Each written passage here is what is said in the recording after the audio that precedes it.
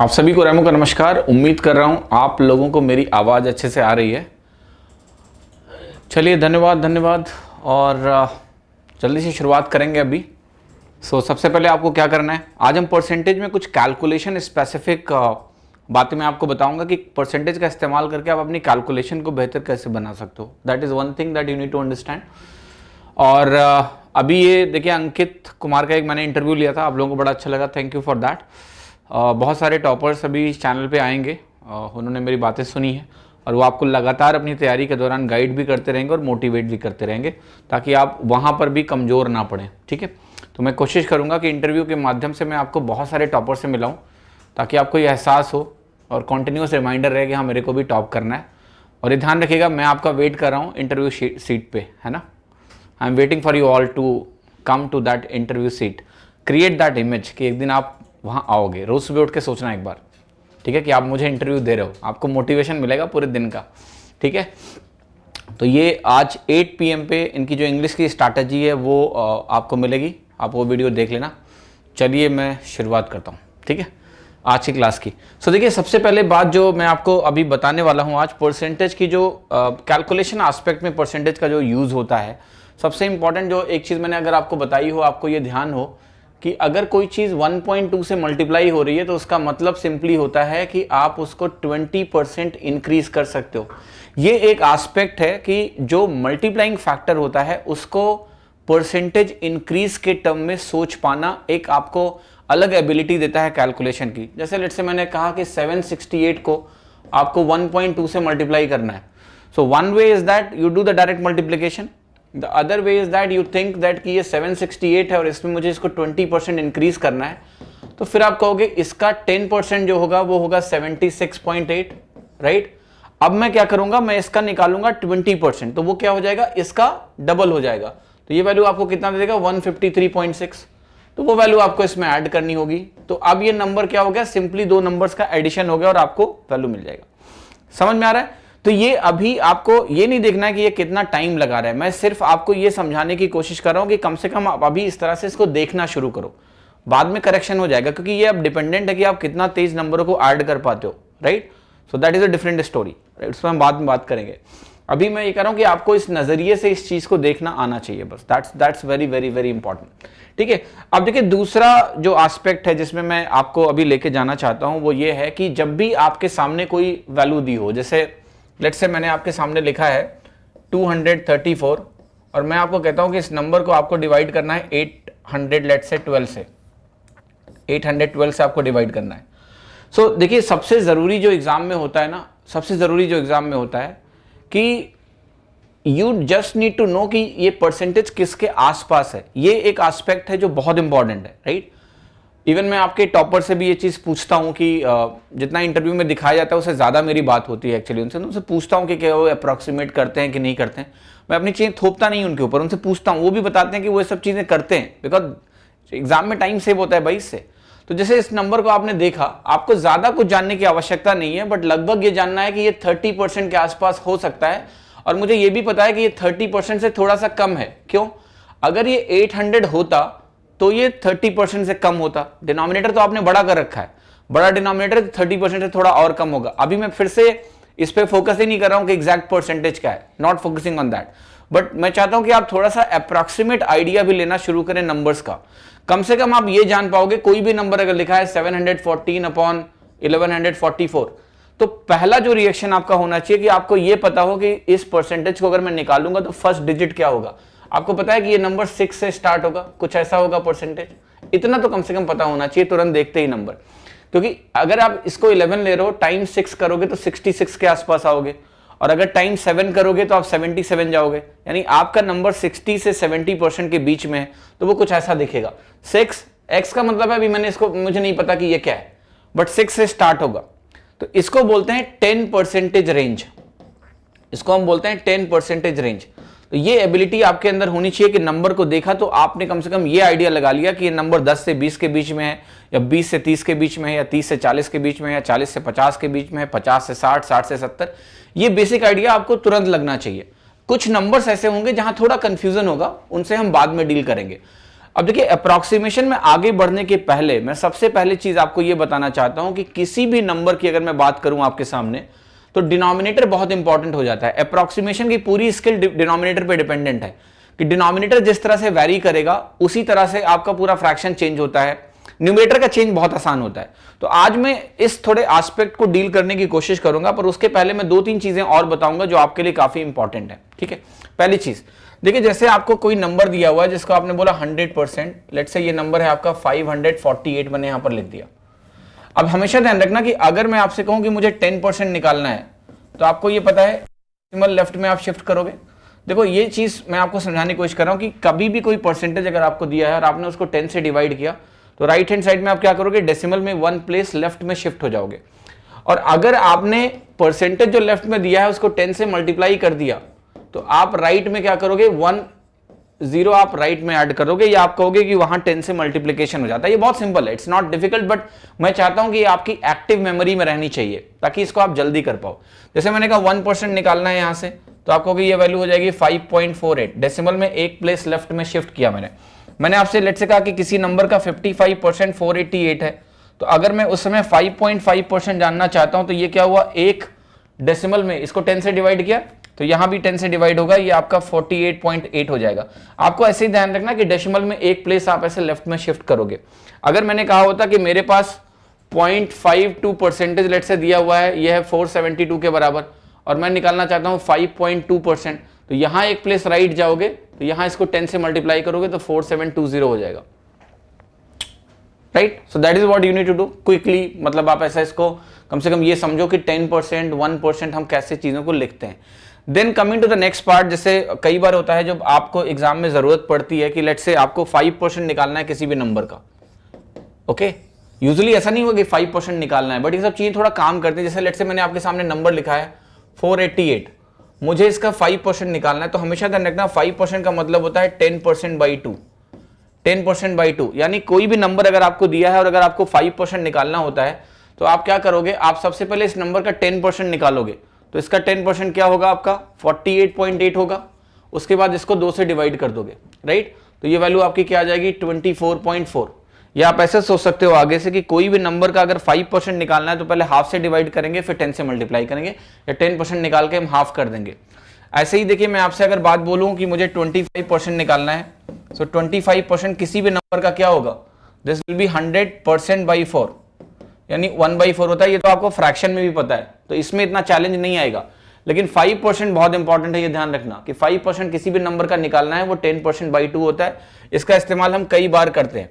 अब जैसे मेरे पास कोई नंबर दिया है, लेट्स से वो नंबर है लेट्स से 488, और मैंने आपसे बोला कि मुझे 55% निकालना है मान लिया, तो देखो 55% क्या होगा, इट इज 50% प्लस 5%। ऐसे ब्रेक करना सीख लो। 50% किसी भी नंबर का होता है हाफ ऑफ द नंबर, तो ये हो गया आपका 244। और जब 50% से मुझे 5% निकालना है तो आप खुद देखो इन परसेंटेज में रिलेशनशिप क्या है, 1/10 है, तो ये भी 1/10 हो जाएगा, यानी ये 24.4 हो जाएगा। तो ये वैल्यू आप जोड़ दो तो 268.4 आ जाएगा आपका, राइट, क्लियर और नॉट। अब लेट से मैंने पूछा होता कि मुझे इसी पर्टिकुलर नंबर में 56% चाहिए, तो 56% आपका क्या होता, 55% प्लस 5% प्लस 1%, तो आप कहते कि 55% प्लस 5% प्लस 1%। 55% क्या है आपका, देखो 50 इसको मैं ऐसे लिखूंगा एक्चुअली, 50% प्लस 5% प्लस 1% ऐसा लिखूंगा। तो जब मैं ऐसा लिखूंगा तो मुझे पता है कि 50% इस नंबर का कितना है, ये 244 है। 5% क्या है आपको पता है 24.4 है, और 1% इस नंबर क्या है, वो है आपका 4.88। खत्म हो गया, आपको ऐड करना है इन नंबर्स को, ठीक है। तो मैं आपको ये कह रहा हूं कि जब भी आपके सामने परसेंटेज हो तो डायरेक्ट मल्टीप्लिकेशन के बजाय आप उन नंबर्स को आप परसेंटेज में ऐसे ब्रेक भी कर सकते हो, और परसेंटेज में जब आप इनको ब्रेक करोगे तो आपकी कैलकुलेशन क्या हो जाएगी, आसान हो जाएगी। देखिए, multiplication is not always easy operation, right, but अगर हम उसको एडिशन में ब्रेक करते हैं तो वो ऑपरेशन थोड़ा आसान हो जाता है।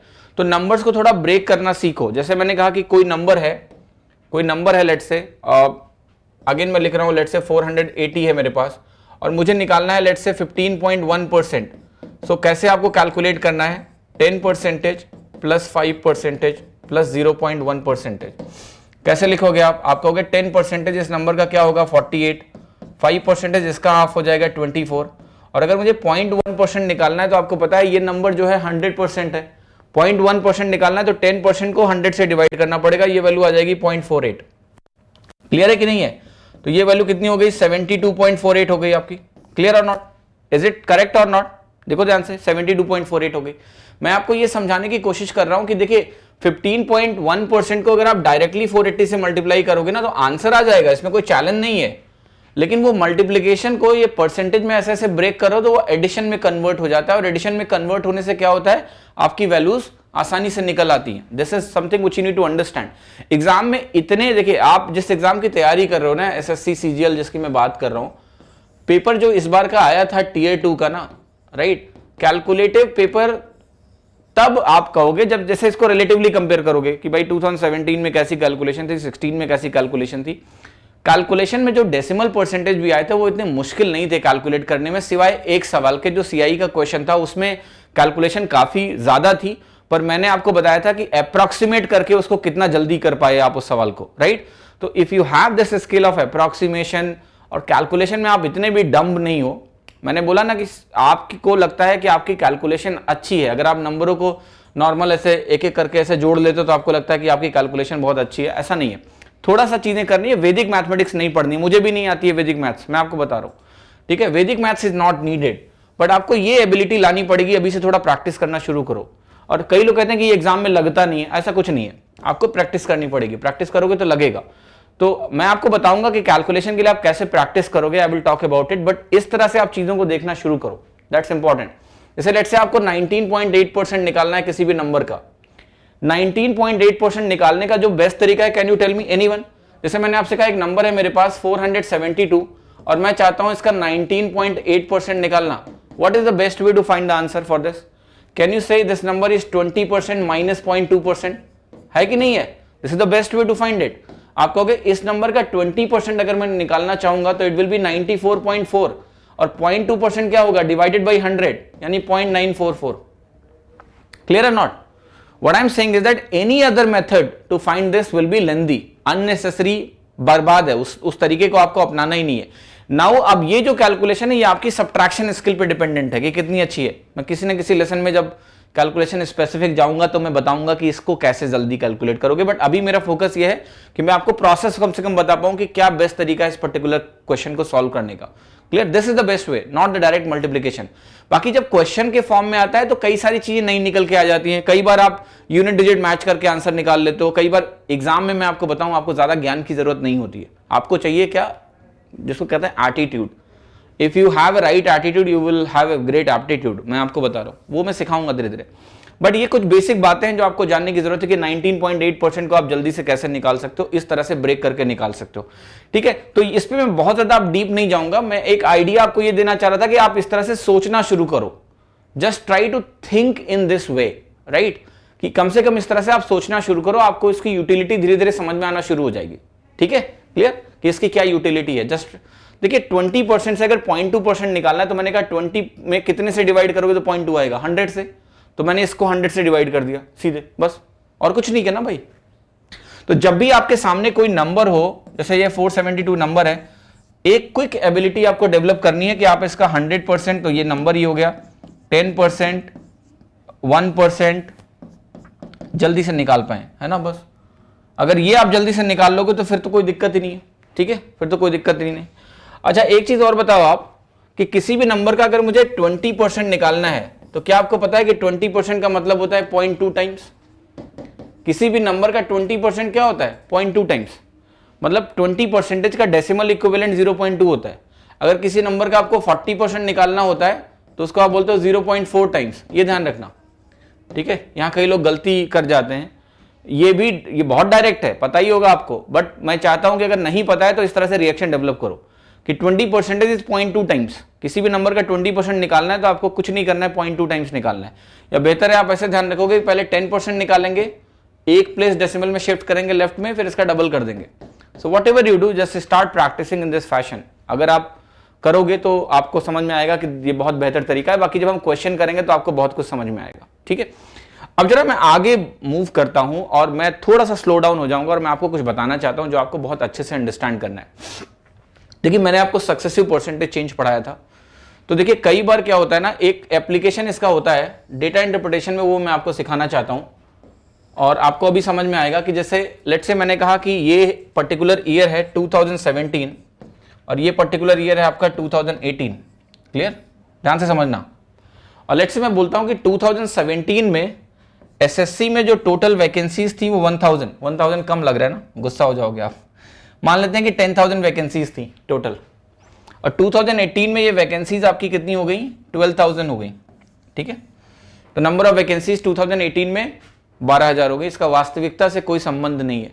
ठीक है, क्लियर और नॉट, बस मैं रैंडम डेटा ले रहा हूं। अब मैंने इसमें ये बोला कि लेट्स से कि इस पर्टिकुलर एग्जाम में जो गर्ल्स सेलेक्ट हो रही हैं out of 10,000 vacancies, I don't know the exact data, I am रफली राइटिंग इट, कि मान लिया गर्ल्स का जो सिलेक्शन है वो है 12%।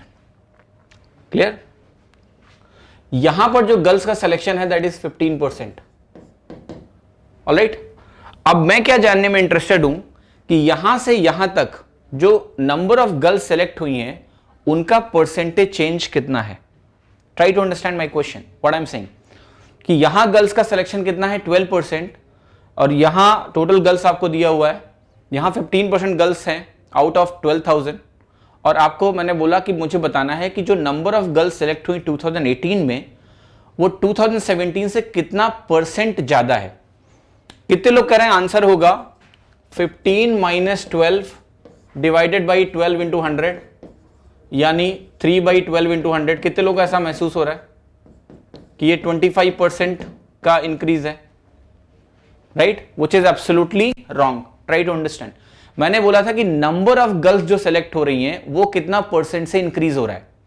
क्लियर, ये जो 25% आया है, ये पता क्या आया है कि जो परसेंटेज ऑफ गर्ल हैं वो कितने परसेंट से इंक्रीज कर रहा है। आपने अभी जो 25% निकाला है वो ये निकाला है कि 12% अगर 15% हो जाता है तो इसमें कितना परसेंट का इंक्रीज आया है। नहीं, इन दोनों परसेंटेज के बेस अलग अलग हैं। जब बेस अलग अलग हैं तो आपको पता है परसेंटेज की कैलकुलेशन कैसी होगी। आप कहोगे यहां पर जो नंबर ऑफ गर्ल्स हैं ये है 15 इंटू 120, क्योंकि 1% इसका कितना होगा आप बताओ, 1% होगा 120। किसी भी नंबर का 1% निकालने के लिए 2 जीरो काट देते हो या 100 से डिवाइड कर देते हो, तो 15% इज 15 इंटू 120। यहां पर ये वैल्यू है आपका 12%, 12 इंटू 100।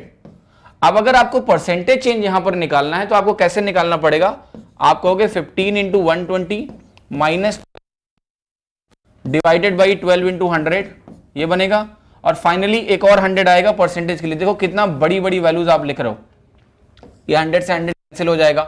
फिर देखिए आप क्या करोगे, आप जब कैलकुलेशन करने आओगे तो ये वैल्यू आपको देगा 150 पार्ट, दूसरा पार्ट डिवाइड करोगे -100 तो आपको 50% का इंक्रीज। क्लियर, कितने लोगों को मेरी बात समझ में आई कि the answer is going to be 50% increase. अब पता है आपको, ये इस तरीके से लोगों की आदत होती है। मैंने देखा है लोगों को करते हुए। जब ऐसे क्वेश्चन मैं देता था, जब मैं कैट में कभी पढ़ाता था, क्लास में शुरुआत में बच्चे नए नए होते हैं, I used to ask them this question, ऐसे सिचुएशन कहता था निकालो, और उनकी कॉपी में जाके देखता था कि वो कैसे कैलकुलेट कर रहे हैं, तो वो ऐसे ही निकालते थे। ठीक है, अब पता है क्या, यहां आपको इस प्रोसेस में कोई कमी नजर नहीं आएगी क्योंकि वैल्यूज इतनी सुंदर दी हुई है। 10,000, 12,000, 15 इंटू 12, 12 इंटू 100, मल्टीप्लाई करना बहुत आसान है, तो कोई प्रॉब्लम यहां नजर नहीं आ रही। इन वैल्यूज को मैं थोड़ा सा घुमा दूंगा ना, आप घूम जाओगे, पूरा घूम जाओगे, आप कुछ नहीं कर पाओगे क्योंकि वहां पर ये कैलकुलेशन इतनी डिफिकल्ट हो जाएगी कि सोचो भी मत। राइट, अब मैं आपको ये समझा रहा हूं कि यहां पर आपने जो किया है इसे कहते हैं कि नासमझी। आपको कुछ पता ही नहीं है तो नासमझी कर रहे हो आप। कैसे समझो इसको, ध्यान से देखना। यहां पर वैल्यू आपको दिया है 10,000 की नहीं, यस। यहां वैल्यू आपको दिया है 12,000 यानी यस। ये वैल्यू आपको क्या दी है, 15% दी है कि नहीं, यस। ये सॉरी, ये वैल्यू आपको दी थी 12%, तो ये वैल्यू अगर आपको 12% दी है और ये वैल्यू आपको लेट्स से 15% दी है, आपसे अल्टीमेटली क्या पूछा जा रहा है जरा बताओगे। आपसे पूछा जा रहा है कि 12 इंटू 100 अगर 15 इंटू 120 हो जा रहा है तो इसमें परसेंटेज चेंज कितना है। क्या यही पूछा जा रहा है आपसे, बोलो यस। यही पूछा जा रहा है आपसे, हाँ कि नहीं, यस यही पूछा जा रहा है।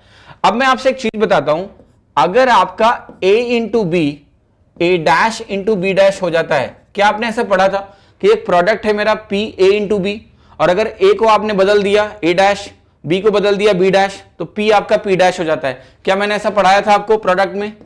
और मैंने आपको यह बताया था कि अगर आपको पी से पी डैश में परसेंटेज चेंज निकालना है तो ये सक्सेसिव परसेंटेज चेंज का केस होता है। कितने लोगों को याद है मेरी बात? ये जो 8 क्लासेस मैंने परसेंटेज में लगाई है ना, अंडरस्टैंडिंग बिल्ड करने के लिए लगाई है। अगर आपका एक प्रोडक्ट है ए इंटू बी और वो बन जाता है ए डैश इंटू बी डैश, और अगर हम एक नंबर को ए इंटू बी को बोलते हैं पी और एक नंबर को बोलते हैं पी डैश, तो पी से पी डैश का चेंज निकालना मैंने आपको बताया था कि सक्सेसिव परसेंटेज चेंज होता है या नहीं होता है, जिसमें ए से ए डैश का चेंज एक तीर पे लिखते हैं और बी से बी डैश का चेंज एक दूसरे तीर पे लिखते हैं। तो क्या हम इस पूरे कंडीशन को ऐसा समझ सकते हैं कि 12 से 15 वाला चेंज जो है वो एक तीर पे लिख दो, क्योंकि यहां 12 जो है 15 बन गया, तो ये चेंज आप कितना कहोगे? आप कहोगे ये चेंज आपका 25% का है, तो मैंने यहां लिख दिया। 12 अगर 15 हो गया तो 25% का चेंज हो गया। फिर आपका 100 अगर 120 हो गया तो ये दूसरा चेंज कितना हो गया? 20% का हो गया। तो क्या ये नेट चेंज अगर आप कैलकुलेट करोगे सक्सेसिव से तो आपका 50% आएगा। क्या मैंने कोई मल्टीप्लिकेशन किया? नहीं। क्या मैंने कुछ भी किया? नहीं। Did I do any multiplication? No, right? I am not doing 12 into 100. I am not doing 15 into 120. I am getting the right answer because it has to be, क्योंकि अगर आपकी ये छोटी सी अंडरस्टैंडिंग है, किन्हीं भी दो नंबर्स का प्रोडक्ट अगर इधर लिखा हुआ है और किन्हीं भी दो नंबर का प्रोडक्ट अगर यहां लिखा हुआ है, तो आप इसका चेंज पता करो, इसका चेंज पता करो, क्या आपको परसेंटेज चेंज मिल जाएगा? यस, समझ में आ गया सभी को? तो पाई चार्ट में यही केस बनता है। 12% ऑफ दिस, ऑफ का मतलब प्रोडक्ट ही होता है ना भाई, दिस इंटू दिस, ये इस पे डिपेंडेंट है और ये आपका इस पे डिपेंडेंट है। क्लियर? अब मल्टीप्लिकेशन के जितने भी शौकीन लोग हैं मैं उनको दिखाता हूं आईना। कई लोगों को लगता है ये क्या हो रहा है, इसकी जरूरत कहां पड़ेगी। अब आईना दिखाता हूं, ध्यान से देख लेना। देखो ध्यान से, क्वेश्चन ना आपका थोड़ा बहुत घुमा हुआ हो सकता है, ध्यान से समझ लेना इसको। फॉर एग्जाम्पल, जैसे मैंने आपके सामने यहां पर लिखा है, लेट से, बहुत अच्छे समझना है आप इसको, मैंने यहां से लिखा 11.5%। बहुत ध्यान से देखना क्या लिखा है मैंने यहां पर लिखा है 11.5%। ठीक है, अब मैं इसको क्या कर रहा हूं, मैं इसको लिख रहा हूं यहां पर 17.25%। ध्यान से देखना मैंने क्या लिखा है, मैंने यहां पर लिखा है 11.5%, वहां मैंने लिखा है 17.25%। फिर यहां पर देखो मैं वैल्यू क्या लिख रहा हूं, मैंने यहां पर वैल्यू लिखी है आपके सामने 488। ठीक है, मैंने यहां पर वैल्यू क्या लिखी है, आप बहुत इत्मीनान से इसको ध्यान से समझो कि मैंने यहां पर वैल्यू लिखी है आपकी 488। अब देखो यहां पर जो वैल्यू मैं लिखने जा रहा हूं, इसको भी ध्यान से देखना। यहां पर मैं लिख रहा हूं, ध्यान से देखना, 532.8। ओके, समझो मैंने क्या बोला, मैंने बोला कि कोई शहर है, उसकी पॉपुलेशन अगर 488 है और ये वैल्यू आपकी कितनी आ रही है, 532.8, राइट। और सबसे देखिए जरूरी क्या है, मैं थोड़ा सा डेटा ऐसा रखूंगा अभी कि आपको ना कोई तकलीफ ना हो। ठीक है, क्लियर। सो मैं इसको थोड़ा सा डेटा को करेक्ट करूंगा, ये हो जाएगा 536.8, ऐसे लिख दिया मैंने। ओके, क्लियर है सभी को? अभी मैंने जो लिखा है, अब मैं कह रहा हूं कि लेट से कोई शहर है, उसकी पॉपुलेशन में जो लोग इंजीनियर हैं, ठीक है, कोई शहर है उसकी पॉपुलेशन में जो लोग इंजीनियर हैं वो 11.5% है और पॉपुलेशन है 488 million, whatever you want to call. यहां पर ये 17.6% की पॉपुलेशन है और परसेंटेज ऑफ इंजीनियर्स हैं एक दूसरे साल में, ये 2017 है और ये 2018 है। और मैं आपसे पूछूं कि बताओ जरा, नंबर ऑफ इंजीनियर्स का परसेंटेज चेंज कितना है? आपको पता है, यहां पर आप बेहोश हो जाओगे एग्जाम में, हो गए नहीं होगे। वो लोग जो मल्टीप्लाई करके निकालते हैं उनके पास सिर्फ एक चारा है कि अपनी जान बचा के बेहोश हो जाओ। ठीक है, क्योंकि अगर इसको करने की कोशिश करें तो जान को खतरा है, जिंदगी जा सकती है आपकी, वो भी एग्जाम में। है कि नहीं है? कितने लोगों को मेरी बात अच्छे तरीके से समझ में आ रही है? Okay, clear. बट जिन लोगों ने अभी मेरा छोटा सा लॉजिक सीख लिया सक्सेसिव परसेंटेज चेंज का, उनकी जान जाएगी नहीं, वो मुस्कुराएंगे और आंसर लगाएंगे। कैसे? आप बताओ मुझे, 11.5% से 17.25% का परसेंटेज चेंज कितना है? क्या ये परसेंटेज चेंज आपको दिख रहा है कि 11.5 में अगर मैं 5.75 जोड़ूं तो मुझे कितना मिल रहा है? ये वैल्यू आपकी कितनी मिल रही है? 17.25%। तो क्या आपको दिख रहा है ये इसका हाफ होता है, तो इसका मतलब ये वैल्यू आपकी 50% से इंक्रीज कर गई है। क्या आपको दिख रहा है कि ये वैल्यू 50% से इंक्रीज कर गई है? यस, पहली चीज। दूसरा, इस वैल्यू को ध्यान से देखना, 488 और 536 में कितना चेंज है? क्या ये 48.8 का चेंज है? यस। तो क्या ये वैल्यू 10% से चेंज हुई है? यस। क्या ये और ये प्रोडक्ट में है? आप कहोगे एब्सोल्युटली यस। तो आपका आंसर क्या होगा कि इधर लिखो 50%, लिखो 10% और इन वैल्यू को निकाल लो, कितना आएगा? क्या आपको दिख रहा है कि ये वैल्यू 65% से इंक्रीज कर जाएगी? ठीक है, समझ में आया कि नहीं कुछ? राइट। अब अगर इसको लोग बोलते हैं कि ये ट्रिक है, कि ये शॉर्टकट है, तो उन्हें खुद समझ में नहीं आ रहा कि मैं क्या पढ़ा रहा हूं। मैं आपको बता रहा हूं, उन्हें खुद ही समझ में नहीं आ रहा। This is pure understanding of कि अगर कोई प्रोडक्ट लिखा हुआ है और उस वो प्रोडक्ट चेंज हो गया, जैसे आपका यहां पर कहानी क्या है, 11.5 इंटू 488, 17.25 इंटू 536.8। सो प्रोडक्ट अगर चेंज हो रहा है तो मुझे ये अच्छे तरीके से पता है कि अब मैं अलग अलग चेंज देख के सक्सेसिव लगा सकता हूं। कितने लोगों को ये बात क्लियर हो गई कि ये परसेंटेज निकालना आपके बाएं हाथ का खेल हो जाएगा अगर आप इसको समझ पाते हो तो। सक्सेसिव परसेंटेज चेंज बहुत इंपॉर्टेंट है अगर आप ठीक से समझो। चीजों में देखिए सीखने के लिए बहुत कुछ है और मैंने आपका ये कॉन्सेप्ट बिल्ड किया है यहां तक लाने के लिए। ऐसा नहीं कि रैंडमली उठा के कुछ भी कर दिया, पहले मैंने आपको पूरा समझाया है। कुछ प्रैक्टिस की जरूरत नहीं है त्रिलोचन बाबू। देखिए प्रैक्टिस की जरूरत कब होगी आपको, जब आपको ये लॉजिक समझ में नहीं आया। अगर लॉजिक क्लियर है तो कौन सी प्रैक्टिस आपको चाहिए भाई? कोई प्रैक्टिस नहीं चाहिए इसमें। 2% चेंज निकाल के सक्सेसिव रखना है, आपको रटना नहीं है, आपको समझना है। Just understand, if you understand you will use it. Clear? आगे बढ़ू, एक बात बोलूं अभी, ध्यान से देखो। क्या जैसे मैंने आपके सामने एक नंबर लिखा, लेट्स से 11.5, यहां मैंने नंबर लिखा 17.25, यहां मैंने नंबर लिखा आपके सामने 5.5, राइट? और यहां पर मैं आपके सामने लिख रहा हूं लेट्स से 8.25। मैं पूछता हूं बताओ परसेंटेज चेंज कितना है इसमें, बता सकते हो आप? What is the percentage change from this to this? यहां से यहां कितना परसेंटेज चेंज होगा? अब जो खुराफाती लोग होते हैं वो यही करते हैं, वो इसको मल्टीप्लाई करने की कोशिश करेंगे, इसको मल्टीप्लाई करने की कोशिश करेंगे और फिर बुरा भला बोलेंगे पेपर वाले को, बनाने वाले को। But you can find it easily ना। आप कहोगे 11.5 17.25 हो गया, अगर ऐसा हो गया तो कितना परसेंटेज का चेंज हुआ? आपको पता है कि ये 50% का चेंज है। फिर आपका 5.5 अगर 8.25 हो गया तो ये कितना चेंज है? आप कहोगे यहाँ 2.75 जोड़ा है आपने, तो ये भी उतना ही चेंज है 50% का। 50% का चेंज अगर आप 2 बार लगा देते हो तो कितना चेंज होता है? क्या आपका चेंज 125% का होता है? यस। तो ये 125% इंक्रीज कर जाएगा, यहां से यहां 125% का इंक्रीज है। सभी को क्लियर हो गई मेरी बात? होप किसी को तकलीफ नहीं हो रही है, आसानी से आप ये वैल्यूज निकाल पा रहे हो, है ना? अब देखिए एग्जाम में कोई जरूरी नहीं है हर बार ये परसेंटेज चेंज 50 और 50 ही होगा, कोई जरूरी नहीं है। स्पेशली जब मैं बैंकिंग में कराता था क्वेश्चंस, मुझे याद है, तो वहां पर कई बार वैल्यू डेसिमल में भी आती थी, पर प्रोसेस यही था। आपको डेसिमल में भी कभी एग्जैक्ट नहीं निकालना पड़ेगा, मैं आपको बता रहा हूं। Just approximate value will work. कुछ क्वेश्चंस में कराऊंगा जिसमें इसका इस्तेमाल होगा। अप्रॉक्सीमेट वैल्यू विल वर्क कि आपको अगर देखना कि 15 से 17 गए तो कितना परसेंटेज का चेंज है, rough percentage change will work. ये 50% कैसे आया? 11.5 अगर 17.25 हो गया है तो आप देखो कितना चेंज है, 6.75 का। 6.75 इसका हाफ है, इसका हाफ है, इसलिए 50% का चेंज। 5.5 में 2.75 ऐड हुआ जो कि इसका हाफ है, तब 8.25 बना, तो वो भी 50% का चेंज। सही है? क्लियर है? चलो जी, एक चीज और बताओ, मैं लिख रहा हूं, ध्यान से देखना, ठीक है?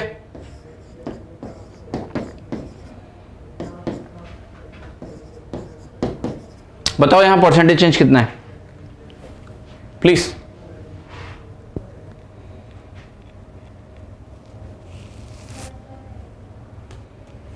फिफ्टी और 50 का जो सक्सेसिव होता है वो 125% होता है, वो तो आप जानते हो ना सर, ठीक है? Tell me what is the answer here?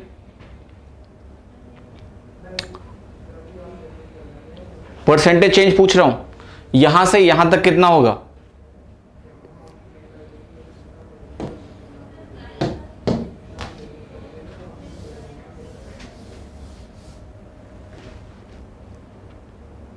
125%। देखिए मैंने क्या किया है, अब आपके दिमाग में कई लोग ना ऐसा चीजों को रटते हैं ना, ऐसा रटते हैं कि पूछो मत। वो कहेंगे 23 से 8.75 जाने में खोजते रहेंगे कितना परसेंटेज का चेंज है। नहीं भाई, यहां पर देखो a इंटू बी मतलब नंबर इंटू नंबर है, यहां भी नंबर इंटू नंबर है। अगर इसको उल्टा पुल्टा भी कर दोगे तो परसेंटेज चेंज थोड़ा ना बदल जाएगा। अगर मैं इसको ऐसे लिखा मैंने या मैं इसको ऐसे लिखूं, क्या परसेंटेज चेंज बदल गया क्या? नहीं। तो इसका ऑर्डर भी आप अपनी इच्छा अनुसार बदल सकते हो, कोई दिक्कत नहीं है, क्योंकि वो परसेंटेज चेंज में कोई चेंज नहीं है। अब 23 से 34.5 अगर आपने लिखा है 34.5, इट इज 11.5 का चेंज। 23 पे 11.5 का इंक्रीज है, यानी उसका हाफ है। हाफ का मतलब होता है 50% का चेंज। ये 5.5 आपको पता है 8.75 का मतलब भी होता है 50% का चेंज। सो 50-50 दो बार जब मिलते हैं तो 125% का इंक्रीज हो जाता है। ये आप चाहे फॉर्मूला लगा लो, a plus B plus AB by 100, या फिर मल्टीप्लाइंग फैक्टर से कर लो, या जैसे चाहते हो कर लो। Now I want you to develop this ability in multiplication. ठीक है, ऑर्डर कैसा भी हो फर्क नहीं पड़ता है, आपको मैं बता रहा हूं आपकी कैलकुलेशन में कई जगह बहुत फायदा मिलने वाला है। ठीक है, अब आपको पता है इस लॉजिक का क्या फायदा होगा। अगर लेट्स से कि मैंने आपसे बोला कि मेरे पास ऐसी वैल्यूज है, मैं आपके सामने लिख के बता रहा हूं, 3 वैल्यूज हो गई। जैसे ऐसा होता है 10 इंटू 11 इंटू 12, मैं एक एग्जाम्पल ले रहा हूं, और ये मेरा ऐसे चेंज हो रहा था कि ये 11 हो गया, और ये वैल्यू मेरी लेट्स से 12.1 हो गई, और ये वैल्यू मेरी हो गई 13.2। ऑलराइट, कुछ ऐसा हो गया। आपको पता है यहां भी आप क्या करोगे, प्रोडक्ट में भी 3 इधर हैं 3 उधर हैं, तो परसेंटेज चेंज कैसे निकलेगा, जरा निकाल के बताओ, टेल मी। आपको पता है कि ये देखो 10% बदल रहा है, ये 10% बदल रहा है, ये 10% बदल रहा है, हो रहा है कि नहीं हो रहा है? ऐसा सब 10-10-10 बदल रहे हैं कि नहीं? तो अगर ये सारे 10-10-10 बदल रहे हैं तो ये वैल्यू जब आप कैलकुलेट करोगे तो कितना परसेंट आएगा? ओके, 33.1%। 10% 3 बार हो गया ना, सक्सेसिव रखोगे तो 33.1% आएगा।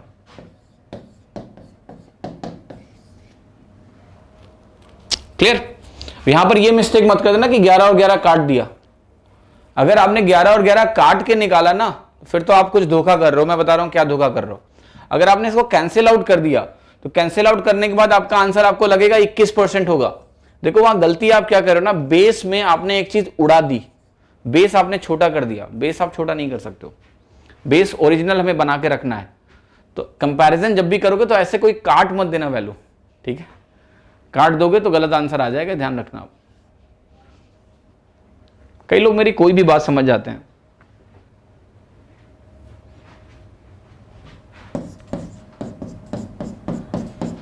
देखो मैं चाहता हूं ना कि आप एक ऐसे इंसान बनो जो सोचता है, ये नहीं कि मेरी हर हाँ में हाँ मिलाता रहे बस। मैंने आपसे बोला कि अगर आपने कैंसिल आउट कर दिया तो आपको आंसर अलग मिलेगा, तो आपको देखना चाहिए कि अलग मिल रहा है क्या। अरे भाई 11-11 अगर कैंसिल हो गया यहां से तो आप कहोगे देखो 10 है मेरे पास, और ये वाला जो 10 है वो क्या बन रहा है यहां पर, ये बन रहा है 12.1, यानी ये 21% का चेंज है, और ये 12 क्या बन रहा है 13.2। तो एक मेरे पास है 21% का चेंज और एक मेरे पास है सीधे 10% का चेंज। इनको मिलाओगे तो वैल्यू क्या आएगी 33.1% आएगी।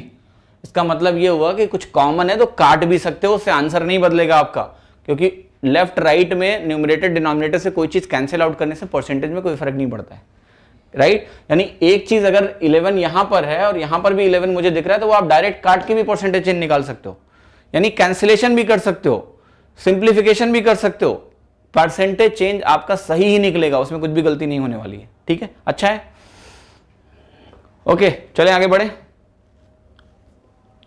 गजेंद्र कह रहे मेरा पहला दिन है, पृथ्वी पे आपका पहला दिन नहीं होगा, क्लास में हो सकता है। चलिए आगे बढ़ते हैं और करते हैं सवाल। अच्छा अब देखिए सबसे ज्यादा इंपॉर्टेंट ये है कि before I teach you anything else, मैं चाहता हूं कि मैं आपको थोड़ा सा फ्रैक्शंस का जो कंपैरिजन होता है ये सिखाऊं। शायद मैंने एक वीडियो इस पे किया हुआ है, बट फिर भी चूंकि परसेंटेज की सब चीजें डिटेल में चल रही हैं, लाइव पढ़ा रहा हूं, तो मैंने सोचा कि यहां पर मैं आपको अच्छे से बताऊंगा और आपको बहुत मजा आएगा। ठीक है, देखिए फ्रैक्शन कंपैरिजन क्या होता है, जिसको बोलते हैं भिन्नों की तुलना। जैसे मैंने आपके सामने एक फ्रैक्शन लिखा न्यूमरेटर अपॉन डिनोमिनेटर, और इसको बहुत अच्छे से समझ लेना, मैं आपको बता रहा हूं, कोई अगर बैंकिंग एस्पिरेंट भी है ना तो उसके ये बहुत काम की क्लास है। ठीक है, तो कोई भी फ्रैक्शन कैसे आप लिखते हो, न्यूमरेटर अपॉन डिनोमिनेटर। अभी मैं पॉजिटिव फ्रैक्शंस की बात कर रहा हूं। फॉर एग्जांपल लेट्स से मैंने लिखा 14/12, एक फ्रैक्शन है, ठीक है। इस फ्रैक्शन को बोलते हैं इम्प्रॉपर फ्रैक्शन। इम्प्रॉपर क्यों बोलते हैं ये मुझे नहीं पता, पर मुझे ऐसा लगता है कि इम्प्रॉपर इसलिए बोलते होंगे क्योंकि देखो, अगर मैं आपसे कहूं कि 1 आउट ऑफ 1 पूरे में पूरा मैंने ले लिया, मेक सेंस। मैं कहूं कि मैंने 1 आउट ऑफ 2 ले लिया, 1/2, मेक सेंस। पर अगर मैं कहूं कि 12 में से मैंने 14 ले लिया, does it make sense? No. इसलिए we say it's not proper. It's not proper to say कि मैंने 12 में 14 ले लिया। 12 भी था, 14 कहां से ले लोगे भाई? तो इसको इम्प्रॉपर ऐसा मुझे लगता है इसलिए बोला जाता होगा, आई डोंट नो।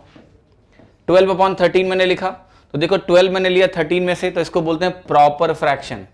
ठीक है, ये होता है आपका प्रॉपर फ्रैक्शन। उचित भिन्न, अनुचित भिन्न, ऐसा मुझे लग रहा है, आई डोंट नो क्या मतलब होता है इसका। और ये होता है एक 1 11/12 अगर ऐसा लिखा हुआ है तो इसको बोलते हैं मिक्स फ्रैक्शन। मिक्स्ड फ्रैक्शन होता है शायद, mixed fraction.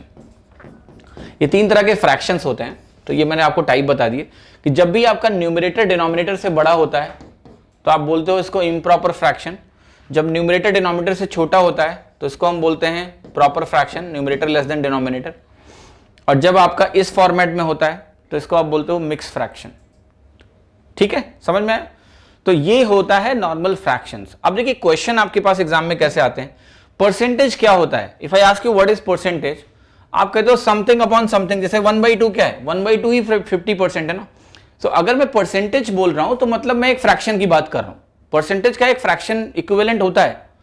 So what I M simply saying is that कि कोई भी अगर फ्रैक्शंस को मैं कंपेयर करना सीख जाऊं तो समझ लेना तुम परसेंटेज कंपेयर करना सीख गए हो। ठीक है, क्योंकि कई बार क्या होता है, जैसे लेट्स से मैंने आपसे एक सवाल पूछा, एक एग्जांपल मैं दे रहा हूं, एक टेबल मैं आपके सामने बना रहा हूं। डीआई से आप डरे रहते हो ना, तो डीआई का एक एग्जांपल लेके मैं आपको समझाता हूं, आपको बेहतर समझ में आएगा। मैंने कहा यह है 2017 और यह है आपका 2018। क्लियर? अब ध्यान से देखना, मैंने लेट से लिखा कि यहां पर मैं लिख रहा हूं टोटल एस्पिरेंट और मैं यहां लिख रहा हूं इंजीनियर्स। आप लोग सोच रहे हो इंजीनियर्स के पीछे मैं क्यों पढ़ा हूं, मेरी मर्जी। ठीक है, क्योंकि मैं भी एक इंजीनियर हूं, मे भी इसलिए।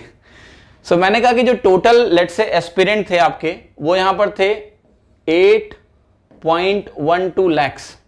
क्या लिखा मैंने? 8.12 lakhs। और उसमें जो एस्पिरेंट थे उसमें मान लेते हैं कि जो आपके इंजीनियर्स थे वो 1.77 lakhs थे। जितने लोगों ने टोटल एग्जाम दिया उसमें से इतने इंजीनियर थे। फिर मैंने कहा कि जो 2018 का एग्जाम है, जो कि मेरे हाथ में है, तो मैं लिखने जा रहा हूं कि मान लेते हैं कि यहां पर 7.13 लाख लोगों ने ही एग्जाम दिया। देखो मैंने कंपटीशन आपका कम कर दिया, थैंक यू बोल देना मुझे, कम लोग एग्जाम दे रहे हैं। और साथ ही साथ मैंने आपसे बोला कि जो आपके इंजीनियर्स हैं वो वैल्यू भी आपकी डिक्रीज होने जा रही है, वो वैल्यू भी डिक्रीज होने जा रही है ना। तो वो वैल्यू कितनी डिक्रीज होगी, जरा उसको आप थोड़ा सा इत्मीनान से अंडरस्टैंड करेंगे हम लोग कि ये वैल्यू मान लेते हैं कि 1.53 हो गई। अब मैं इंटरेस्टेड हूं ये जानने में कि जो 17 में जो आपके परसेंटेज ऑफ इंजीनियर्स थे और जो 18 में आपके परसेंटेज ऑफ इंजीनियर्स हैं वो कौन सी वैल्यू ज्यादा है। आई वॉन्ट टू नो कि in which year percentage of engineers out of total aspirant is highest. ऐसे सवाल आते हैं ना एग्जाम में, तो आप परसेंटेज कैसे निकालोगे? 1.77 अपॉन 8.12 इंटू 100, और दूसरा आप ऐसे निकालोगे कि 1.53 अपॉन 7.13 इंटू 100। अब कई लोग क्या करते हैं ना कि इसकी वैल्यू अलग से निकालने की कोशिश करेंगे, कई लोग इसकी वैल्यू अलग से निकालने की कोशिश करेंगे, फिर वो कंपेयर करते हैं कि कौन ज्यादा है। इतना टाइम एग्जाम में होता तो क्या ही पूछना था। ठीक है, इतना होता नहीं है। तो अब अगर आपको ये निकालना है तो you need not to calculate the percentage, you can do it at the fraction stage. मतलब मैं आपको अभी सिखाऊंगा यही कि ये फ्रैक्शंस देख के आपको कैसे पता चले कौन सी वैल्यू बड़ी है। जिसका फ्रैक्शन बड़ा होगा उसका आंसर बड़ा होगा। क्लियर और नॉट? गेटिंग माई पॉइंट और नॉट? तो डिवाइड वाइड कुछ नहीं करना है, हम सीधे रैंडमली मैं आपको देखना अभी थोड़ी देर में सिखाऊंगा कि कैसे हम इस फ्रैक्शन को देख के बता सकते हैं कौन बड़ा है कौन छोटा है, बिना डिवाइड किए हुए। Will not divide it. तो उसके पहले आपको पूरी एक कहानी समझनी पड़ेगी और उस कहानी में आपको मेरे साथ बना रहना होगा ताकि मैं आपको अच्छे से समझा पाऊं। ठीक है, चले आगे बढ़े। अब देखो ध्यान से, मैंने आपसे यही बोला कि मेरे पास न्यूमरेटर है और मेरे पास डिनोमिनेटर है, फ्रैक्शन ऐसा ही दिखेगा। अगर फ्रैक्शन ऐसा ही दिखेगा तो मैं आपको कुछ पॉसिबिलिटी दिखा रहा हूं, उसको बहुत इत्मीनान और ध्यान से समझना। एक पॉसिबिलिटी है कि आपका न्यूमरेटर बढ़ जाए और डिनोमिनेटर के साथ कुछ भी ना हो, डिनोमिनेटर वैसा ही रहे। ठीक है। एक पॉसिबिलिटी आपके पास है कि आपका न्यूमरेटर घट जाए, डिनोमिनेटर के साथ कुछ भी ना हो, ठीक है। अब देखिए मैं जो कहानी सुनाऊंगा उसको बहुत अच्छे से समझना, ठीक है। अच्छा एक बताओ कि अगर आपके पास एक पॉजिटिव फ्रैक्शन है जिसमें न्यूमरेटर डिनोमिनेटर दोनों पॉजिटिव हैं, अगर न्यूमरेटर बढ़ेगा तो वो क्या चाहेगा कि पूरा फ्रैक्शन बढ़ जाए या घट जाए। मैंने आपसे बोला कि मेरे पास एक फ्रैक्शन है 10/20 या 10/15 और मैं इस 10 को लेट से बना रहा हूं 12, मतलब मैं इंक्रीज कर रहा हूं। तो केवल न्यूमरेटर का इंपैक्ट क्या है, न्यूमरेटर की इच्छा क्या है? न्यूमरेटर की इच्छा यही होती है कि अगर मैं बढ़ूं तो फ्रैक्शन की वैल्यू बढ़े, अगर मैं घटूं तो फ्रैक्शन की वैल्यू घटे, ठीक है, यही होती है ना। मैं इसको ऐसे बोलता हूं कि बढ़ता हुआ न्यूमरेटर पूरे फ्रैक्शन को बढ़ाने की कोशिश करता है, बढ़ता हुआ न्यूमरेटर पूरे फ्रैक्शन को बढ़ाने की कोशिश करता है और घटता हुआ न्यूमरेटर पूरे फ्रैक्शन को घटाने की कोशिश करता है। समझ में आई मेरी बात? मैंने क्या बोला डायलॉग? ऐसे ही समझना है आपको, लाइक ए स्टोरी। बढ़ता हुआ न्यूमरेटर पूरे फ्रैक्शन को बढ़ाने की कोशिश करता है और घटता हुआ न्यूमरेटर पूरे फ्रैक्शन को घटाने की कोशिश करता है। It's like poetry. मजा आ रहा है? ठीक है, चलो तो ये हो गई कहानी आपकी कि अगर एक पॉजिटिव फ्रैक्शन है और आपने न्यूमरेटर बढ़ाया, डिनोमिनेटर को चेंज नहीं किया, तो न्यूमरेटर बढ़ा तो फ्रैक्शन बढ़ा, न्यूमरेटर घटा तो फ्रैक्शन घटा। मैं कुछ ऐसा कह रहा हूं कि 113/125 अगर आपने यहां लिखा और आपने इसको 125 से रहने दिया और यहां पर आपने 115 कर दिया, तो डेफिनेटली न्यूमरेटर बढ़ा है और यहां से कोई चेंज हुआ नहीं है, तो ये फ्रैक्शन बड़ा होगा। ऐसे ही मैं कह रहा हूं अगर आपके पास एक फ्रैक्शन है 115/127 और आपने न्यूमरेटर को कम करके 113 कर दिया और ये आपकी वैल्यू है 127 है, बहुत आसान है, न्यूमरेटर कम हो गया तो ये कम हो जाएगी, यानी ये वैल्यू बड़ी होगी। स्टोरी नंबर 1, ठीक है, जो कि बहुत आसान है आइडेंटिफाई करना। हमने भी क्या किया, केवल न्यूमरेटर को चेंज किया है, ठीक है। कमिंग नेक्स्ट, अब हम जा रहे हैं डिनोमिनेटर को चेंज करने। मैंने आपको लिखा है n/d। अभी न्यूमरेटर को कहेंगे तुम ना शांत रहो, तुम शांत रहो, डिनोमिनेटर से बोलेंगे तुम बदल जाओ। डिनोमिनेटर को बढ़ा दिया, न्यूमरेटर को वैसा ही रहने दिया। आपसे बताओ कि अगर मेरे पास 113/115 मेरे पास है और मैं न्यूमरेटर को ना बदलूं और डिनोमिनेटर को बढ़ा दूं, डिनोमिनेटर अगर बढ़ेगा तो डिनोमिनेटर क्या करता है, उल्टा चलता है, ध्यान देना। क्लियर? उल्टा चलता है कि नहीं चलता है? डिनोमिनेटर जब बढ़ता है पॉजिटिव फ्रैक्शन में तो पूरा फ्रैक्शन कम हो जाता है। फिर से स्टोरी सुना रहा हूं। स्टोरी क्या है कि बढ़ता हुआ डिनोमिनेटर पूरे फ्रैक्शन को घटाने की कोशिश करता है, बढ़ता हुआ डिनोमिनेटर पूरे फ्रैक्शन को घटाने की कोशिश करता है और इसी तरह से घटता हुआ डिनोमिनेटर पूरे फ्रैक्शन को बढ़ाने की कोशिश करता है, ठीक है। कई लोग मुझसे कहते हैं कविता सुनाओ। देखो आज मैंने एक मैथमेटिकल कविता आपको सुनाई है, उम्मीद करता हूं कि आपको मजा भी आया होगा थोड़ा बहुत, क्योंकि आप इसमें पढ़ाई भी कर रहे हो और कविता भी देख रहे हो। देखो डिनोमिनेटर कम हो गया तो पूरा फ्रैक्शन क्या हो जाएगा, बढ़ जाएगा। यहां डिनोमिनेटर बढ़ा था तो पूरा फ्रैक्शन कम हो जाएगा। मेरा आइडिया ये था कि पहले तो आप ये समझो कि केवल न्यूमरेटर और डिनोमिनेटर के बदलने से क्या होगा। और जब मैं फ्रैक्शन की बात कर रहा हूं, मैं परसेंटेज की बात कर रहा हूं, फ्रैक्शन इज अ परसेंटेज, ये आपको समझना है। तो आपको समझ में आएगा कि न्यूमरेटर बढ़ेगा तो फ्रैक्शन बढ़ेगा, न्यूमरेटर कम होगा तो फ्रैक्शन कम होगा, ये उसकी इच्छा है, ठीक है। अब जरा आगे बढ़ते हैं और इस कहानी में ट्विस्ट आते हैं। अच्छी कहानी में ट्विस्ट भी होता है, तो जरा देखो अभी तो अच्छी कहानी चल रही है। पिक्चरों में यही होता है ना, शुरुआत में बड़ी अच्छी कहानी चलती है। तो मैंने कहा n/d है। अब देखो क्या है, आपने कहा अभी तो आपने ना सिर्फ एक चीज चलाई, दोनों चला के दिखाओ। तो मैंने कहा ठीक है दिखाते हैं। मैंने कहा न्यूमरेटर को मैं बढ़ाऊंगा, ठीक है, और मैं कहूंगा अब डिनोमिनेटर भी कुछ करेगा। तो आप कहोगे डिनोमिनेटर क्या करेगा? तो देखो डिनोमिनेटर क्या करने जा रहा है, डिनोमिनेटर करने जा रहा है ऐसे। देखो न्यूमरेटर क्या हो रहा है, बढ़ रहा है, डिनोमिनेटर क्या हो रहा है, घट रहा है। मैं एक एग्जांपल देता हूं ताकि आपको बेहतर तरीके से समझ में आए। मैं कह रहा हूं 113/115 और मैं कह रहा हूं आपके पास सामने 115/114। अब आप ध्यान से देखना, आपको अभी मैंने कहानी बताई है कि बढ़ता हुआ न्यूमरेटर पूरे फ्रैक्शन को बढ़ाने की कोशिश करता है। तो ये क्या करेगा, ये पूरे फ्रैक्शन को चाहेगा न्यूमरेटर की बढ़ जाए। और देखना डिनोमिनेटर क्या कहेगा, घटता हुआ डिनोमिनेटर भी पूरे फ्रैक्शन को बढ़ाने की कोशिश करता है, राइट? क्लियर? तो घटता हुआ इसको बढ़ाने की कोशिश करता है। देखिए कुछ लोग यहां आए हैं कि उनका चीज खत्म हो जाए। ऐसे ही आप कुछ दिन बाद कहोगे कि जिंदगी जल्दी से खत्म हो जाए तो अच्छा है, इंजॉय करना ही नहीं है आपको, ठीक है। कह रहे हैं कि एडवांस में अगले जन्म में होगा, सीखने में फोकस नहीं है, अभी जिंदगी नहीं जीनी है, खत्म कर दो बस। ऐसे ही कुछ दिन बाद कहोगे जिंदगी जल्दी से खत्म हो जाए बस। But I believe in interesting living, so just learn it properly. मैंने क्या बोला, बढ़ता हुआ न्यूमरेटर पूरे फ्रैक्शन को बढ़ाने की कोशिश करता है और घटता हुआ डिनोमिनेटर भी पूरे फ्रैक्शन को बढ़ाने की कोशिश करता है। अब बताओ दोनों लोग एक ही काम करना चाह रहे हैं तो होगा कि नहीं होगा, वही काम होगा भाई। मैं इसको एक्सप्लेन करता हूं कि एक टग ऑफ वॉर जैसे आपने देखा है, तो टग ऑफ वॉर में तो दोनों लोग एक दूसरे, एक रस्सी होती है, एक टीम इधर खींच रही है, blue team, yellow team, red team, then there is a fight. यहां कौन सी फाइट है भाई? ये जो करना चाह रहा है यही करना चाह रहा है, कह रहा है चलो मूवी देखें, ये कह रहा है चलो मूवी देखें, तो क्या हो गया कुल मिला के? चलो मूवी देखें, यही हुआ ना। तो इस केस में भी क्लियर है कि फ्रैक्शन आपका डेफिनेटली इंक्रीज करेगा। न्यूमरेटर क्या हुआ? बढ़ गया, डिनोमिनेटर क्या हो गया? कम हो गया। दोनों का काम एक ही है, दोनों एक ही दिशा में काम करें, एक ही काम करना चाह रहे हैं, फ्रैक्शन बढ़ा हुआ मिलेगा आपको, right? Increase fraction, no confusion. Coming to another story, मैंने लिखा आपके सामने n/d, और मैं आपको देखिए क्या समझाने की कोशिश कर रहा हूं, इसको आप समझ लेना। न्यूमरेटर को मैंने कहा तुम कम हो जाओ, तो घटता हुआ न्यूमरेटर पूरे फ्रैक्शन को घटाने की कोशिश करेगा, और फिर मैं डिनोमिनेटर को बोलूंगा तुम बढ़ जाओ, तो बढ़ता हुआ डिनोमिनेटर क्या करता है? पूरे फ्रैक्शन को घटाने की कोशिश करता है। तो देखो ये क्या कर रहा है, ये कह रहा है कि चलो सुसाइड करते हैं, कूद जाते हैं, पहाड़ी से कूद जाते हैं। ये भी कह रहा है चलो पहाड़ी से कूद जाते हैं। तो क्या होगा? दोनों कूद जाएंगे। जब देयर इज नो कन्फ्लिक्ट, तो what ever you want will happen, right? Clear और नॉट? जो न्यूमरेटर चाह रहा है वही डिनोमिनेटर चाह रहा है। जब दोनों लोग एक ही चाह रहे हैं तो क्या क्या होगा भाई? वही होगा। तो व्हाट विल हैपन कि यहां इस केस में आपका फ्रैक्शन जो होगा वो घट जाएगा। दोनों डिक्रीज चाह रहे हैं तो डिक्रीज ही हो जाएगा। जैसे मैंने कहा आपसे 115/127 ले लो आप, और यहां पर आप कह दो कि 114 है आपका, और ये वैल्यू आपकी 129 है। आपने क्या किया? इसको कम कर दिया और इसको बढ़ा दिया। दोनों क्या कर रहे हैं? ओवरऑल फ्रैक्शन को घटा रहे हैं। तो नेट फ्रैक्शन जो होगा वो डिक्रीज होगा, यानी पहला वाला बड़ा होगा। ठीक है? तो these are the most simpler cases. इसमें कुछ भी नहीं है, बट मैं आपको चाह रहा था कि आप कम से कम इसको समझ पाओ कि क्या हो रहा है यहां पर, और इसको आप विजुअली नेक्स्ट टाइम से देख पाओ, रादर देन कि आपको ज्यादा दिमाग लगाना पड़े, कुछ ऐसे देख पाओ।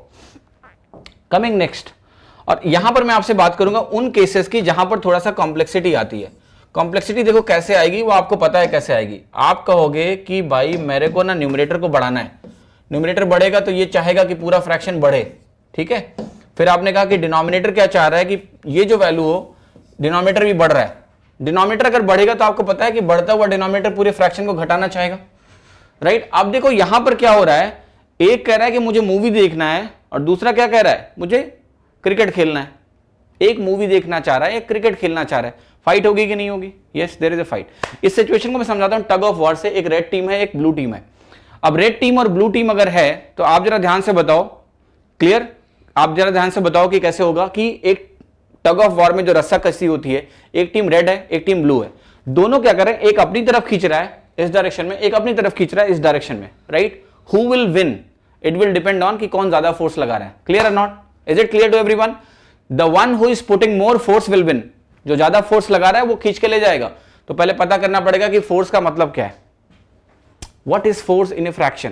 Try to understand. I am talking about this कि मेरे पास 113/115 है, और फिर मैंने क्या किया? इसको बढ़ा के 114 कर दिया, इसको बढ़ा के 116 कर दिया, लाइक दिस। अब मैं कह रहा हूं कि दो, ये भी इंक्रीज कर गया, ये भी इंक्रीज कर गया। अब ये दोनों अपोजिट डायरेक्शन में काम कर रहे हैं। तो क्वेश्चन ये है कि कौन जीतेगा? कौन जीतेगा? इसमें जो फोर्स है, जिसको मैंने टग ऑफ वॉर में फोर्स बोला, यहां पर ये हो जाता है परसेंटेज चेंज। ये ध्यान रखना, not absolute change. Absolute change नहीं, परसेंटेज चेंज। मैं आपको एग्जांपल देके समझाऊंगा अभी, तो आपको समझ में आएगा। क्लियर? जैसे आपने ये फ्रैक्शन देखा, अब ये फ्रैक्शन जब आप देख रहे हो तो आप मुझे बताओ न्यूमरेटर में कितना चेंज आ रहा है? +1 का। डिनोमिनेटर में कितना चेंज आ रहा है? +1 का। जब दोनों +1 से चेंज हो रहे हैं तो क्या एब्सोल्यूट चेंज में कोई डिफरेंस है क्या? नहीं, दोनों 1 और 1 बढ़ रहे हैं। अगर दोनों 1 और 1 बढ़ रहे हैं तो ये नहीं कहोगे कि फ्रैक्शन नहीं बदला, आपको परसेंटेज चेंज निकालना पड़ेगा। अब बताओ 1 का चेंज 113 पर और यही 1 का चेंज 115 पर कौन सा ज्यादा होगा?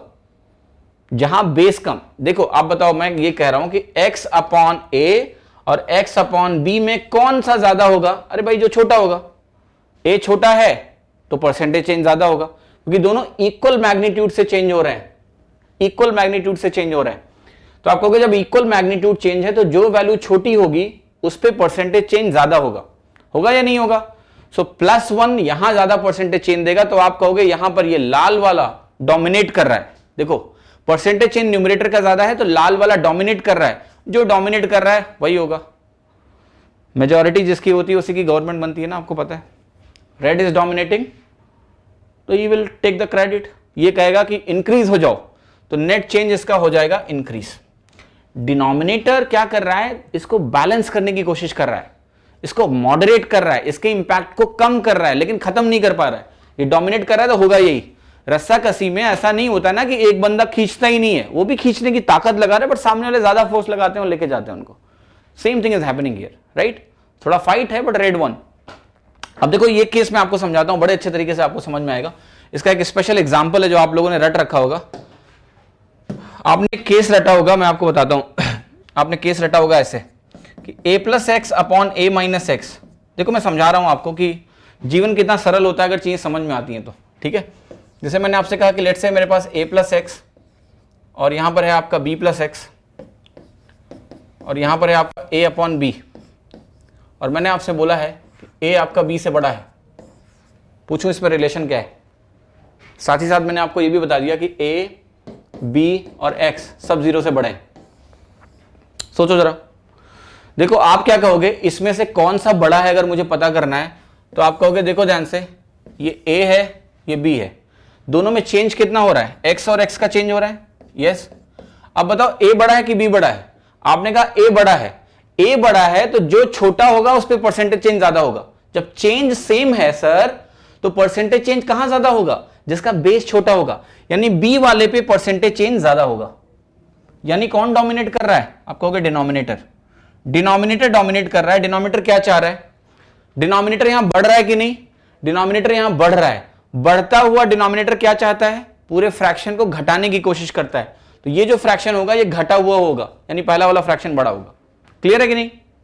इज एवरीवन अवेयर कि मैंने बताया आपको लॉजिक के साथ?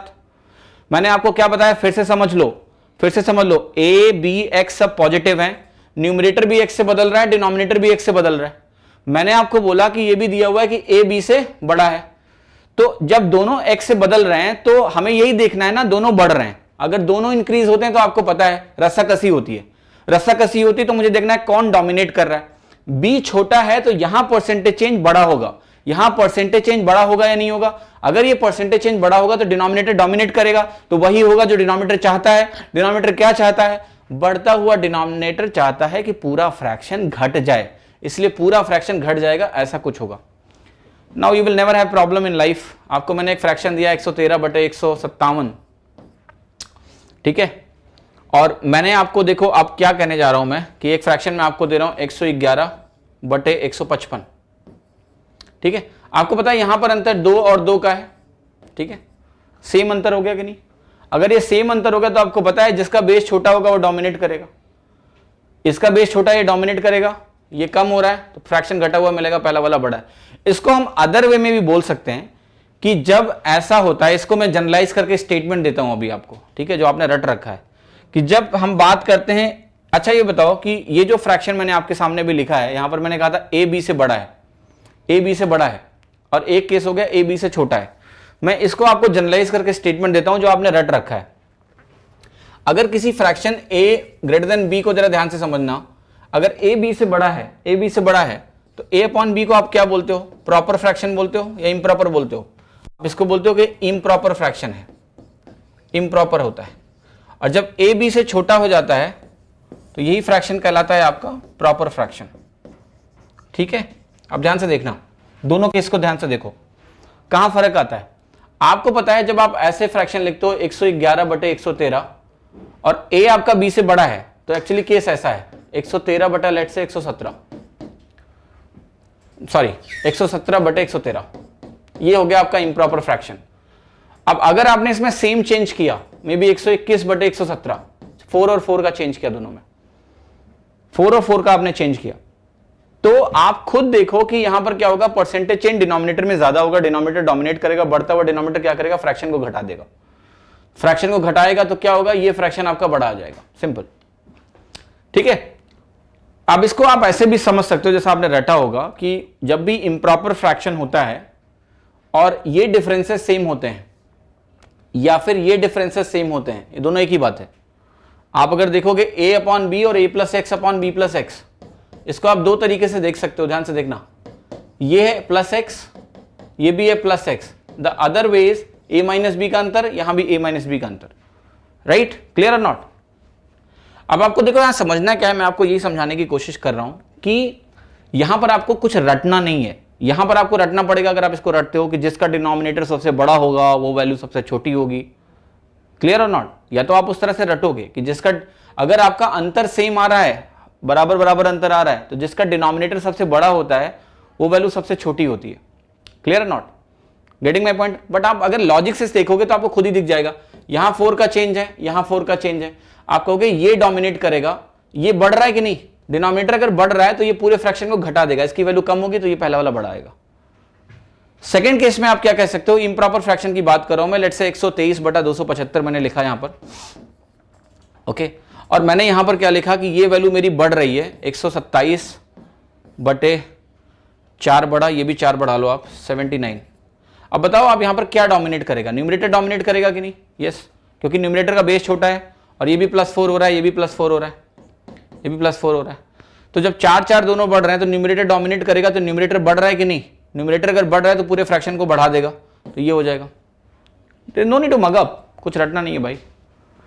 If you understand this is only one logic, only one logic.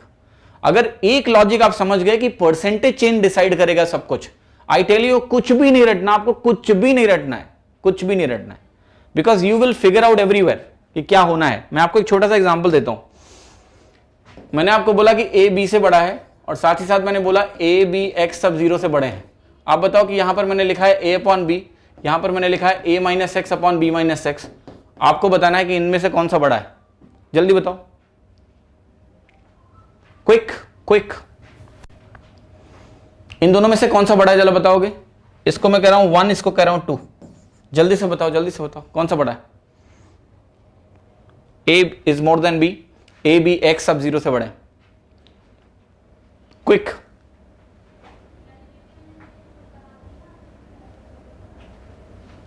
Sir जी इतना टाइम मत लगाओ भाई, x यहां कम हुआ, x यहां कम हुआ, कौन डोमिनेट कर रहा है? आप कहोगे कि देखो अगर a b से बड़ा है तो b क्या हुआ, छोटा हुआ, b छोटा हुआ तो b पे जो x का चेंज है वो ज्यादा परसेंटेज डिक्रीज होगा, तो डोमिनेट कौन करेगा? अभी भी डिनोमिनेटर। डिनोमिनेटर देखो ज्यादा परसेंटेज इंक्रीज करे या ज्यादा परसेंटेज डिक्रीज करे, जब मैग्नीट्यूड ज्यादा है तो वो डोमिनेट कर रहा है, सिंपल। इसका मैग्नीट्यूड ज्यादा है कि नहीं? इसका मैग्नीट्यूड परसेंटेज चेंज का ज्यादा होगा कि नहीं? क्योंकि बेस छोटा है भाई। अगर परसेंटेज मैग्नीट्यूड यहां ज्यादा हो गया मेरा तो ये डोमिनेट करेगा, और डिनोमिनेटर हो क्या रहा है, घट रहा है कि नहीं? घटता हुआ डिनोमिनेटर क्या करेगा? अगर ये डोमिनेट कर रहा है तो वही होगा जो ये चाहता है, न्यूमरेटर को छोड़ दो, कोई जरूरत ही नहीं उसकी। When I'm saying denominator is dominating, इसका मतलब डिनोमिनेटर का नेचर डिसाइड करेगा क्या होने वाला है। तो ये कहेगा भैया b से b माइनस एक्स मैं कम हो रहा हूं तो मैं पूरे फ्रैक्शन को बढ़ाऊंगा, तो पूरा फ्रैक्शन बढ़ जाएगा, यानी ये वैल्यू क्या आएगी, बड़ी आएगी। समझ में आया कि नहीं भाई? पलट दे कहानी, a कर दूं, कंडीशन वही है, a b मोर देन 0, यहां मैंने लिखा a बाई b, यहां लिखा मैंने a minus x b minus x. देखो इस रिलेशन से रट के यहां मत मार देना कि ग्रेटर देन होगा, सोचो सीधे, ये नहीं कि यहां लेस देन है तो यहां ग्रेटर देन होगा ही, ऐसा नहीं है, सोचो, सोच के लगाओ, वो बात अलग है कि होगा। यहां मैंने कहा माइनस एक्स, यहां मैंने कहा माइनस एक्स, जब चेंज सेम होता है, सेम चेंज पे जहां बेस छोटा होता है वहां परसेंटेज चेंज ज्यादा मिलता है मुझे, तो बेस ए वाला छोटा है तो परसेंटेज चेंज यहां ज्यादा होगा। अगर ये परसेंटेज चेंज ज्यादा होगा तो न्यूमरेटर डोमिनेट करेगा, और अगर न्यूमरेटर डोमिनेट करेगा तो वही होगा जो न्यूमरेटर चाहता है। यहां न्यूमरेटर क्या चाह रहा है कि कम हो रहा है न्यूमरेटर, तो ये चाहता है पूरा फ्रैक्शन कम हो जाए, पूरा फ्रैक्शन कम हो जाएगा तो पहला वाला बड़ा हो जाएगा। आपको इसको रटने की बिल्कुल आवश्यकता नहीं है, nothing to mug up sir, कितना आसान है आपके लिए। क्लियर है? कुछ बताऊं अब जो आपने रट रखा है? एक चीज आपने और रटी होगी, तो ये जो फॉर्मूला आप रटते हो ना कि अगर चेंज सेम है, अब इसको अगर मैं जनरलाइज करूंगा सर, तो आपको ध्यान से देखना है, यहां पर इस केस को अगर मैं जनरलाइज करूंगा तो ये कुछ ऐसे दो पार्ट्स में बन जाएगा, ध्यान रखना कि a अपॉन b, देखो ध्यान से, a अपॉन b ये एक फ्रैक्शन हुआ, और ये हुआ a plus X upon b plus x, है ना। अब ये डिपेंड करेगा ना कि आपका प्रॉपर फ्रैक्शन है या इम्प्रॉपर फ्रैक्शन है, उसके हिसाब से ग्रेटर देन लेस देन बनेगा। अगर आपकी इच्छा है तो इसके 4 केसेस बना के लिख लेना, ठीक है। मैं नहीं समझता हूं कि इसकी जरूरत है, अगर आप समझ गए हो तो आपकी जरूरत नहीं है, but anyways if you want to write in a sheet you can make and just write it, but don't mug it, क्योंकि मैंने आपको समझाया है कुछ। अब जरा एक सवाल कराता हूं, ठीक है, आप लोग आंसर देना इसी लॉजिक से। मैंने आपसे कहा कि मेरे पास नंबर है 117 अपॉन 134, और मेरे पास नंबर है देखो 123/151। ध्यान से देखना। अब इसमें मैं पूछूं आपसे कि कौन सा फ्रैक्शन बड़ा है, तो आप कहोगे यहां पर चेंज हो रहा है +6 का, और यहां पर चेंज कितना हो रहा है +17 का। अब आपको देखना है कि भैया परसेंटेज चेंज कहां ज्यादा है और कहां कम है। क्या आपको यह देख के लग रहा है कि ये चेंज जो है ग्रेटर देन 5% है? यस और नो? यस। क्या ये परसेंटेज चेंज आपका ग्रेटर देन 5% है? यस। दोनों परसेंटेज चेंज ग्रेटर देन 5% है। काम बन नहीं रहा है, मुझे देखना है कि कहां परसेंटेज चेंज ज्यादा है। मेरे ऑब्जेक्टिव यह है कि जहां परसेंटेज चेंज ज्यादा होगा वो जो वैल्यू होगी वो डोमिनेट करेगी। पर यहां पर देखो क्या वैल्यू आ रही है 17, सॉरी, ये वैल्यू आपकी ग्रेटर देन 10% आ रही है।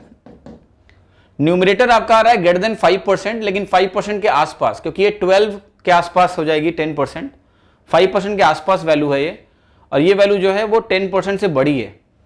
आप ऐसे कह सकते हो कि ये 10% से लेस है, ये 10% से बड़ी है। कौन डोमिनेट कर रहा है भैया? डिनोमिनेटर डोमिनेट कर रहा है। डिनोमिनेटर डोमिनेट कर रहा है तो आप बताओ डिनोमिनेटर यहां क्या कर रहा है? बढ़ रहा है। बढ़ता हुआ डिनोमिनेटर पूरे फ्रैक्शन को घटाने की कोशिश करता है या नहीं? तो क्या पहला फ्रैक्शन बड़ा होगा? यस। क्या पहले आपको ये चीज इतनी आसान लगती थी? नहीं, है ना? इसको देख के आप तुरंत ही हतोत्साहित हो जाते थे। ठीक है, clear? Is it clear now? मजा आ रहा है? एक फ्रैक्शन और दिखाऊं, रैंडमली लिख रहा हूं, 213/347। यहां पर आप लिखो 377 और यहां पर लिख दो 234। ठीक है, कौन सा बड़ा है? आपको देखो यहां पर चेंज कितना है? 30 का। यहां पर जो चेंज आपका है वो कितने का है? 21 का है कि नहीं है? यही तो है ना? मैंने सारी वैल्यूज देखो ध्यान से लिख दी। अभी जो 30 का चेंज है ये क्लियरली लेस देन 10% है कि नहीं है? यस। ये जो वैल्यू है 21 की, ये भी क्लियरली लेस देन 10% है, लेकिन अगर मेरा बेस 213 है तो 21 is very close to 10%, almost 10% है, लेकिन दिस इज लेसर। इसका 10% 34.7 है, वहां से मुझे 4.7 कम करना पड़ेगा। So although it is very close because both are almost close to 10%, लेकिन मुझे यह भी क्लियर है कि ये वाला डोमिनेट करेगा क्योंकि ये 10% के बहुत करीब है। अगर ये डोमिनेट करेगा तो न्यूमरेटर डोमिनेट करेगा। न्यूमरेटर चाहता है कि न्यूमरेटर बढ़े तो फ्रैक्शन ये बढ़ा हुआ होगा, वही होगा जो न्यूमरेटर चाहता है। This particular question would not have been that much easy previously, now it is clear. ये दोनों परसेंटेज चेंज देखो लेस देन 10% है। We could not decide easily कि कौन डोमिनेट कर रहा है, लेकिन आपको दिख जाएगा कि 213 का 10% क्या होता है। देखो ध्यान से मैं क्या समझा रहा हूं, 21.3 होता है और मेरे पास है 21, तो इट इज ऑलमोस्ट 10%। दूसरे केस में 34.7 है 10%, और जो 30 है there is a good gap, there is a good gap. So this is more closer to 10%, that means this will dominate, and therefore आपको पता चल गया कि न्यूमरेटर अगर डोमिनेट करेगा तो न्यूमरेटर जो चाहेगा वही होगा। यहां न्यूमरेटर बढ़ रहा है तो फ्रैक्शन बढ़ा हुआ मिलेगा। क्लियर हुआ सभी को? थोड़ा घर जाके इसको अच्छे से समझ लेना ताकि कल आपको तकलीफ ना हो। धन्यवाद, thank you so much. Class को प्लीज शेयर करते रहो, ज्यादा लोगों को बताते रहो, क्योंकि जो यहाँ आपको सीखने को मिल रहा है वो कहीं मिलता नहीं है। ठीक है, दिमाग को थोड़ी तकलीफ हो रही होगी, कई लोगों को लग रहा होगा कि क्या हो रहा है ना? आप अपने कंफर्ट जोन से बाहर ही नहीं आना चाहते हो, कुछ सीखना ही नहीं चाहते हो, तो थोड़ा सा अपने आप को इतना लिमिट मत करो। एक मौका मिला है, सीख लो। ठीक है, किताबें हर कोई पढ़ के जाता है भाई, थोड़ा सा मैं चाहता हूं आप थोड़ा सा बेहतर बन जाओ, यही चाहता हूं। लेकिन अगर आपने कसम खा ली कि मुझे बनना ही नहीं है, फिर मैं आपके उस फैसले की भी बहुत इज्जत करूंगा, पर मुझे लगेगा मैंने अपनी कोशिश करी कम से कम। ठीक है, एक मौका आपके जीवन में आया, उसको खो मत, सीख लो। दिमाग को अगर तकलीफ हो रही है ना तो थोड़ा सा टाइम दो, तब सीख पाओगे। हर चीज़ जो आसानी से समझ में आएगी उसको बोलते हैं दवाई, और दवाइयाँ हमेशा ठीक नहीं होती हैं आपके लिए, है ना?